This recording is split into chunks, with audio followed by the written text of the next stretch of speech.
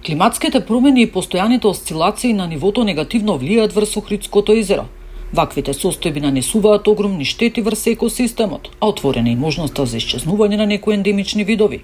Екологистите повторно го кренаа својот глас, бараат поголема заштита на езерото кое е под заштита на УНЕСКО. Тие осцилации доведуваат до голем број на негативни промени околу Охридското езеро. Ова е сето надополнето и од климатските промени кои што доведуваат до помал талог, односно помалку врнежи во Охридското езеро, кои што исто така дополнително ја комплицираат оваа состојба. Затоа е потребно да се ревидираат сите тие студии, сите тие договори и овој систем конечно да се смени со еден современ систем кој што ќе биде во корелација со временските прилики и со најновите научни достигнувања. Известни грешки се направени во 60-тите години од минатиот век кога Охридското езеро стана акумулација за производство на електрична енергија.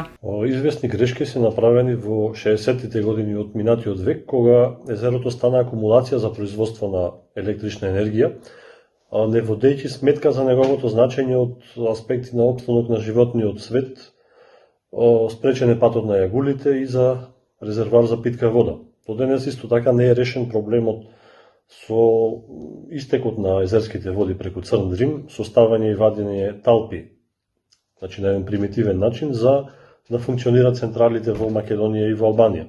Експертите додаваат дека покрај овие неприродни осцилации на нивото на езерото, проблем за живиот свет во него е внесувањето на комунални отпадни води од градот Охрид, Струга и од околните рурални населби. Нина Ритоновска, Сител телевизија.